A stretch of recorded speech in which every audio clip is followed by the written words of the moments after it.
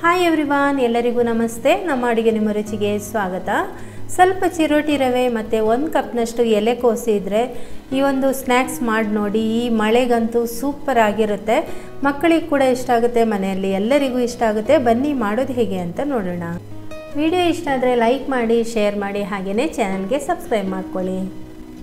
ಈಗ ನಾನು ಇದರಲ್ಲಿ ಸಣ್ಣ ಕಪ್ನಷ್ಟು ಚಿರೋಟಿ ರವೆ ಅಥವಾ 6 ಟೇಬಲ್ ಸ್ಪೂನ್ನಷ್ಟು ಚಿರೋಟಿ ರವೆಯನ್ನು ಹಾಕ್ಕೊಂಡಿದ್ದೀನಿ. ನೋಡಿ, ಚಿರೋಟಿ ರವೆ ಅಂದರೆ ತುಂಬ ಸಣ್ಣ ರವೆ. ಇದಕ್ಕೆ ಸ್ವಲ್ಪನೇ ನೀರನ್ನು ಹಾಕಿ ಇದನ್ನು ಗಟ್ಟಿಯಾಗಿ ಕಲಿಸ್ಕೊಳ್ಬೇಕು. ಅಂದರೆ ನೀವು ಬೇಕಾದರೆ ಸ್ಪೂನಲ್ಲಿ ಕೂಡ ಹಾಕೋಬೋದು. 1-2 ಸ್ಪೂನ್ ಹಾಕಿಬಿಟ್ಟು ಕಲಸಿ ಆಮೇಲೆ 1-2 ಸ್ಪೂನ್ ನೀರು ಹಾಕಿ, ಆ ರೀತಿ ಸ್ಪೂನಲ್ಲಿ ಹಾಕ್ಕೊಂಡ್ರೆ ನಿಮಗೆ ಕರೆಕ್ಟಾಗಿ ಹದ ಗೊತ್ತಾಗುತ್ತೆ.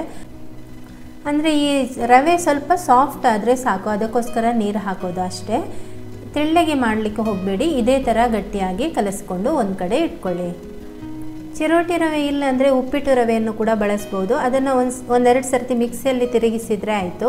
ಈಗ ಇದು ರೆಡಿಯಾಗಿದೆ ನೋಡಿ. ಇದನ್ನು 1-2 ನಿಮಿಷ ನೆನೆಯೋದಕ್ಕೆ ಬಿಟ್ಟರೆ ಸಾಕು. ಈಗ ಒಂದು ಬೌಲ್ಗೆ 1 ಕಪ್ನಷ್ಟು ಎಲೆಕೋಸನ್ನು ನಾನು ತೆಳುವಾಗಿ ಕಟ್ ಮಾಡಿಕೊಂಡು ಹಾಕ್ತಾ ಇದ್ದೀನಿ. ಆಮೇಲೆ ಇದನ್ನು ನೋಡಿ, ಈ ರೀತಿ ನಾವು ಕಟ್ ಮಾಡುವಾಗ ಮುದ್ದೆ ಇದ್ದರೆ ಅದನ್ನು ಈ ರೀತಿ ಎಲ್ಲ ಸಪ್ರೇಟ್ ಮಾಡ್ಕೊಳ್ಳಿ. ಈ ರೀತಿ ಕೈಯಲ್ಲಿ ಬಿಡಿಸ್ಕೊಳ್ಬೇಕು ನೋಡಿ. ಆಮೇಲೆ ಇದಕ್ಕೆ ಸ್ವಲ್ಪ ಕೊತ್ತಂಬರಿ ಸೊಪ್ಪು, 3 ಹಸಿಮೆಣಸಿನ್ಕಾಯಿ ಸಣ್ಣಗೆ ಕಟ್ ಮಾಡ್ಕೊಂಡಿರೋದು, 1 ಈರುಳ್ಳಿಯನ್ನು ತೆಳುವಾಗಿ ಕಟ್ ಮಾಡಿಕೊಂಡು ಹಾಕ್ತಾ ಇದ್ದೀನಿ. ಇದನ್ನು ಕೂಡ ಈ ರೀತಿ ಬಿಡಿಸ್ಕೊಳ್ಳಿ.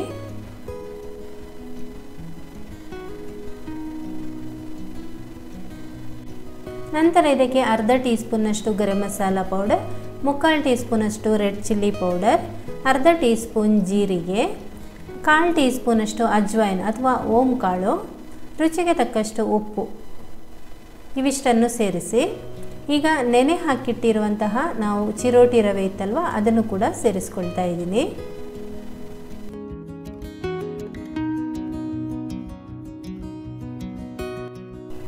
ಆಮೇಲೆ 2 ಟೇಬಲ್ ಸ್ಪೂನ್ನಷ್ಟು ಕಡಲೆ ಹಿಟ್ಟನ್ನು ತೊಗೊಂಡಿದ್ದೀನಿ. ಕಡಲೆ ಹಿಟ್ಟು ಸ್ವಲ್ಪ ಹಾಕ್ತಾ ಇದ್ದೀನಿ. ಈಗ ಸ್ವಲ್ಪ ಹಾಕಿಬಿಟ್ಟು ಈಗ ಒಂದು ಸರ್ತಿ ಮಿಕ್ಸ್ ಮಾಡ್ಕೊಳ್ಳೋಣ ಚೆನ್ನಾಗಿ. ಆಮೇಲೆ ಬೇಕಾದರೆ ಕಡಲೆ ಹಿಟ್ಟನ್ನು ಸೇರಿಸ್ಕೊಳ್ಳಿ. ನಾವು ಚಿರೋಟಿ ರವೆಗೆ ನೀರು ಹಾಕ್ಕೊಳ್ಳುವಾಗ ಎಷ್ಟು ಬೇಕು ಅಷ್ಟೇ ಹಾಕ್ಕೊಳ್ಳಿ. ಸ್ವಲ್ಪ ಅದು ರವೆ ಸಾಫ್ಟ್ ಆಗೋ ರೀತಿ ಆದರೆ ಸಾಕು, ಅಷ್ಟಕ್ಕೆ ನೀರು ಹಾಕ್ಕೊಳ್ಳಿ. ಈಗ ನೋಡಿ, ಈರುಳ್ಳಿಯಲ್ಲೆಲ್ಲ ನೀರು ಬಿಟ್ಕೊಳ್ಳುತ್ತೆ. ಅದಕ್ಕೋಸ್ಕರ ಚಿರೋಟಿ ರವೆ ನೀರು ಜಾಸ್ತಿ ಆದರೆ ನಾವು ಕಡಲೆ ಹಿಟ್ಟನ್ನು ಕೂಡ ಜಾಸ್ತಿ ಹಾಕಬೇಕಾಗುತ್ತೆ. ಇಲ್ಲಿ ನೋಡ್ಬೋದು, ಸಣ್ಣ ಕಪ್ನಲ್ಲಿ ನಾನು ತೊಗೊಂಡಿದ್ದು ಸುಮಾರು 2 ಟೇಬಲ್ ಸ್ಪೂನ್ನಷ್ಟೇ ಕಡಲೆ ಹಿಟ್ಟು. ಈಗ ಎಲ್ಲ ಕಡಲೆ ಹಿಟ್ಟನ್ನು ಹಾಕಿ ಒಂದು ಸರ್ತಿ ಇದನ್ನು ಚೆನ್ನಾಗಿ ಮಿಕ್ಸ್ ಮಾಡ್ಕೊಳ್ತಾ ಇದ್ದೀನಿ. ಇಷ್ಟ ಆದರೆ ಸಾಕು. ಈಗ ಇದು ರೆಡಿಯಾಗಿದೆ. ಈ ಕಡೆ ಒಲೆ ಮೇಲೆ ಎಣ್ಣೆ ಕೂಡ ಬಿಸಿ ಆಗೋದಕ್ಕೆ ಇಟ್ಟಿದ್ದೀನಿ. ಎಣ್ಣೆ ಕೂಡ ಸಾಧಾರಣ ಬಿಸಿ ಆಗುವಾಗ ಈ ರೀತಿ ಎಲೆಕೋಸಿನ ಪಕೋಡವನ್ನು ಹಾಕ್ಕೊಳ್ಳಿ. ಎಣ್ಣೆಯಲ್ಲಿ ಜಾಗ ಎಷ್ಟಿದೆ ಅಷ್ಟೇ ಪಕೋಡವನ್ನು ಹಾಕ್ಕೊಳ್ಳಿ, ಇಲ್ಲಾಂದರೆ ಗರಿ ಆಗಿ ಬರೋದಿಲ್ಲ. ನಾವು ಜಾಸ್ತಿ ಮುದ್ದೆ ಹಾಕಿಬಿಟ್ರೆ ಅದಕ್ಕೆ ಜಾಗ ಸಿಗೋದಿಲ್ಲ, ಅಷ್ಟೊಂದು ಗಾಳಿ ಆಗೋದಕ್ಕೆ. ಆಗ ಅದು ಅಷ್ಟು ಕ್ರಿಸ್ಪಿಯಾಗಿ ಕೂಡ ಬರೋದಿಲ್ಲ. ಈ ರೀತಿ ತಿರುಗಿಸಿ ಹಾಕ್ತಾ ಇದನ್ನು ಫ್ರೈ ಮಾಡ್ಕೋಬೇಕು. ತುಂಬ ಚೆನ್ನಾಗಿ ಕ್ರಿಸ್ಪಿಯಾಗಿ ಬರುತ್ತೆ. ಈಗ ಇದು ರೆಡಿಯಾಗಿದೆ, ತೆಗಿತಾ ಇದ್ದೀನಿ. ತುಂಬಾ ಗರಿ ಬಂದಿದೆ.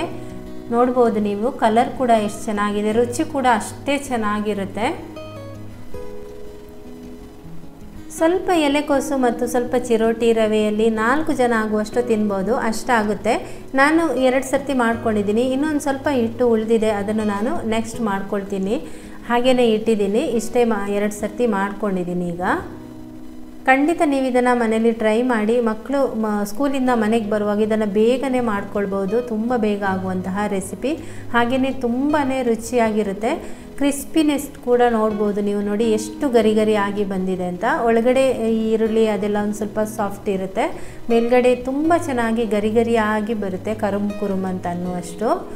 ಖಂಡಿತ ನೀವು ಇದನ್ನು ಟ್ರೈ ಮಾಡಿ. ಓಕೆ, ಈ ವಿಡಿಯೋ ನಿಮಗೆ ಇಷ್ಟ ಆಗಿದರೆ ಒಂದು ಲೈಕ್ ಮಾಡಿ, ನಿಮ್ಮ ಪರಿಚಯದವರಿಗೆ ಶೇರ್ ಮಾಡಿ, ಚಾನಲ್ಗೆ ಸಬ್ಸ್ಕ್ರೈಬ್ ಮಾಡ್ಕೊಳ್ಳಿ, ಒಂದು ಕಮೆಂಟ್ ಮಾಡೋದು ಮರಿಬೇಡಿ. Thank you.